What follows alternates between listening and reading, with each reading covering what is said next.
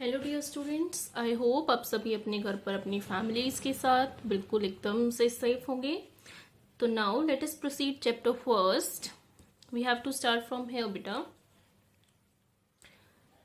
Bujo says once his grandfather told him that his wheat field were spoiled by a fungus.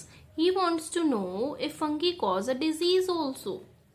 Paheli told him that many fungi like yeast and mushrooms are useful, but some fungi cause disease in plants, animals, and humans, and some fungi are also used in medicines.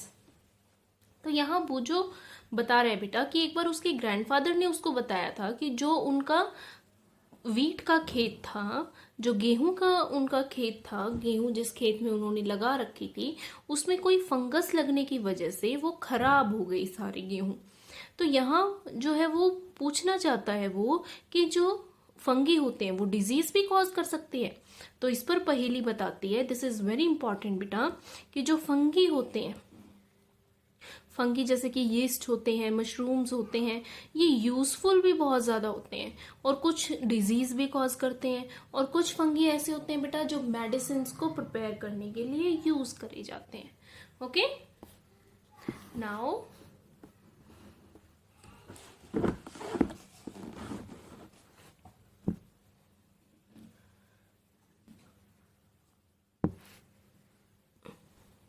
during the rainy season, they spoil many things. Ask your parents about the menace of fungi in your house. तो rainy season के दौरान बेटा fungi जो है वो बहुत ज़्यादा जो है वो ग्रो कर जाते हैं और बहुत ज़्यादा स्पॉइल जो है वो कर सकते हैं चीज़ों को। The fungal spores are generally present in the air when they land on the wet and warm things they germinate and grow. Now, can you figure out how we can protect our things from getting spoiled? Actually क्या होता है बेटा, जो ये fungus होते हैं, fungi होते हैं, ये एयर के अंदर स्प्रेड होते हैं और जैसे ही इनको थोड़ा सा वेट और वार्म थिंग मिलती है, वार्म चीज़ें, थोड़ी सी नमी वाली चीज़ें मिलती हैं, उसके ऊपर ये लैंड कर जाती हैं तो वो जर्मिनेट करना स्टार्ट कर देती है, उनका नंबर बढ़ने लग जाता है। Some organisms live together and share shelter and nutrient. This is called symbiotic relationship. This is very important beta. What is symbiotic relationship? Symbiotic relationship एक ऐसी रिलेशनशिप होती है जहां दो ऑर्गेनिजम्स एक दूसरे के साथ रह रहे होते हैं और दोनों को एक दूसरे से फायदा हो रहा होता है। ठीक है, दैट टाइप ऑफ रिलेशनशिप, यानी एक सपोज उसको रहने के लिए जगह दे रहा है, दूसरा उसको न्यूट्रिएंट्स यानी फूड प्रोवाइड कर रहा है। तो इस तरह की जो है एसोसिएशन को हम क्या बोलते हैं? Symbiotic relationship. For example, certain fungi live in the roots of the trees. These trees provide nutrients to the fungus and in turn receives help from it to take up water and nutrients from the soil. तो इस तरह से बेटा, जैसे कि कुछ जो fungus होते हैं वो सिम्बायोटिक रिलेशनशिप में रहते हैं कुछ प्लांट्स की रूट्स के अंदर, तो वो ट्री तो उनको न्यूट्रिएंट्स प्रोवाइड करते हैं और उनसे किस चीज में हेल्प करते हैं? वाटर और न्यूट्रिएंट्स को सॉइल से एब्सॉर्ब करने में हेल्प करते हैं। ठीक है, in organisms called lichens, this is very very important. जो ये ऑर्गेनिजम्स हैं, इन ऑर्गेनिजम्स को क्या बोलते हैं हम? Lichens. Lichens is chlorophyll containing partner which is an alga and fungus live together. So what is lichens?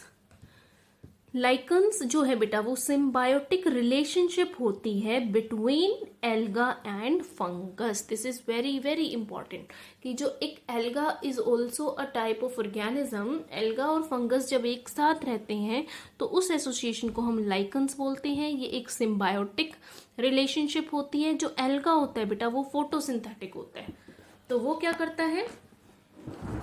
वो फंगस को फूड एंड वाटर जो है वो प्रोवाइड कराता है और जो फंगस है उसको शेल्टर देता है, मिनरल्स देता है एल्गा, और एल्गा उसको फिर फूड प्रिपेयर करके देता है। ओके, क्योंकि एल्गा ग्रीन कलर का होता है, उसके अंदर क्लोरोफिल प्रेजेंट होती है and it can perform photosynthesis. Okay, now how nutrients are replenished in the soil, जो न्यूट्रिएंट्स खत्म हो चुके हैं वो फिर से सॉइल के अंदर कैसे डिपॉजिट हो सकते हैं, कैसे रिप्लेनिश हो सकते हैं, अब हम वो देखेंगे. Okay. Have you seen farmers spreading manure or fertilizers in the field, or gardeners using them in lawns or in pots? Do you know why they are added to the soil? देखो बेटा, जो farmers होते हैं, farmers क्या करते हैं, manures और fertilisers डालते हैं. मैंने पहले भी बताया था आपको, मैन्योर्स एंड फर्टिलाइजर्स खाद होती हैं. मैन्योर वो होता है जो ऑर्गेनिक वेस्ट होता है, फर्टिलाइजर्स वो होते हैं जो केमिकल्स के थ्रू लैब में प्रिपेयर किए जाते हैं, जो है वो डाले जाते हैं. You learned that plant absorb mineral nutrients from the soil, so their amount in the soil keep on declining. Obviously बेटा, जो प्लांट, जो क्रॉप हमने ग्रो करी है वो क्या करेगा, सॉइल से जो है वो न्यूट्रिएंट्स वगैरह लेगा, और वो सारे न्यूट्रिएंट्स की फिर सॉइल के अंदर कमी होती चली जाएगी. Fertilizers and manures contain plant nutrients such as nitrogen, potassium, phosphorus etcetera. Plants को किस तरह के न्यूट्रिएंट्स की जरूरत होती है बेटा टाइम टू टाइम, जो है वो नाइट्रोजन, पोटेशियम, फॉस्फोरस एक्सेट्रा, और ये सब किसके अंदर होते हैं, फर्टिलाइजर्स और मैन्योर्स के अंदर होते हैं, जो कि फिर से सॉइल में ऐड कर दिए जाते हैं. Nutrients need to be added from time to enrich the soil. Soil को दोबारा से न्यूट्रिएंट रिच बनाने के लिए, जो न्यूट्रिएंट्स बाकी के क्रॉप्स ने या प्लांट्स ने यूज कर लिए थे, उनको फिर से सॉइल में ऐड करने के लिए जो है वो न्यूट्रिएंट्स डालने की जरूरत होती है. We can grow plants and keep them healthy if we can fulfill the nutrient requirements of the plants.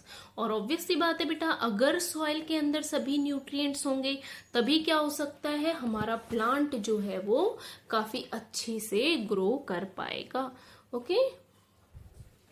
Now usually crops require a lot of nitrogen to make proteins. After the harvest the soil becomes deficient in nitrogen.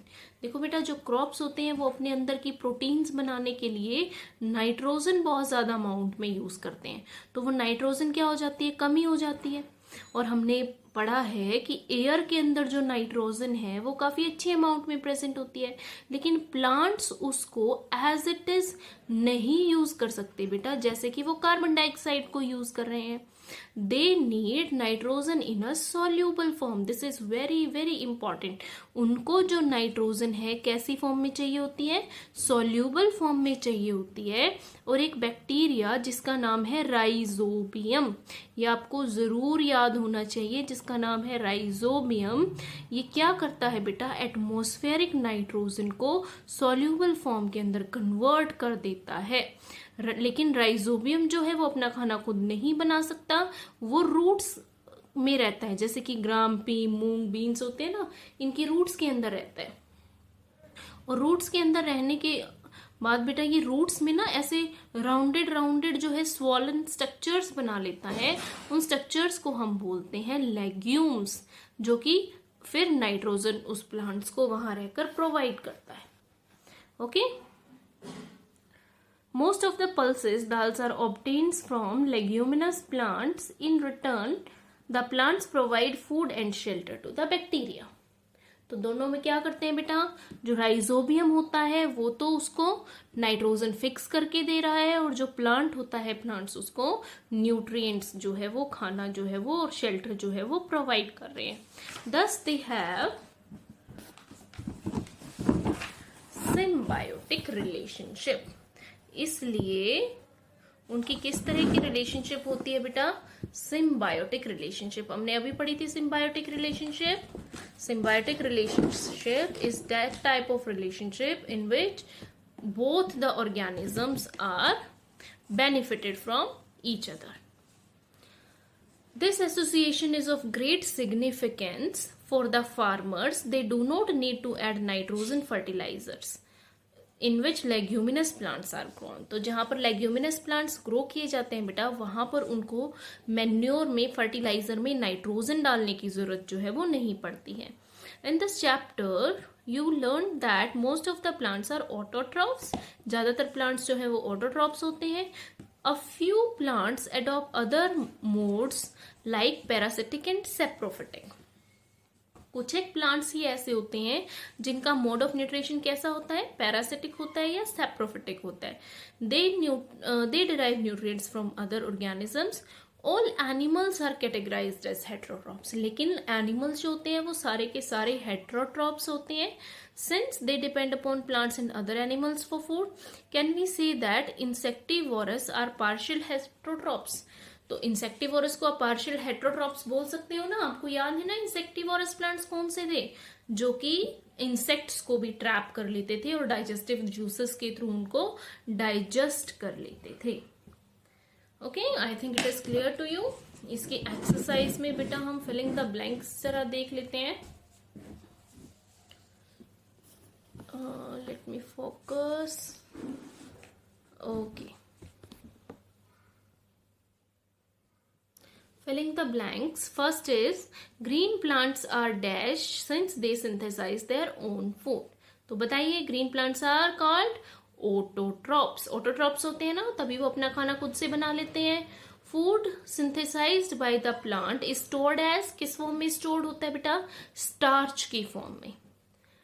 In photosynthesis solar energy is captured by the pigment. कौन सा ऐसा pigment होता है जो solar energy को capture करता है, chlorophyll.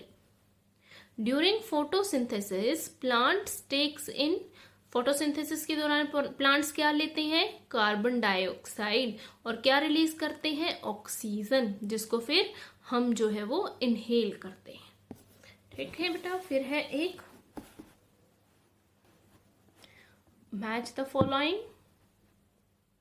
Okay, first is chlorophyll. Chlorophyll कहाँ प्रेजेंट होता है, लीफ के अंदर.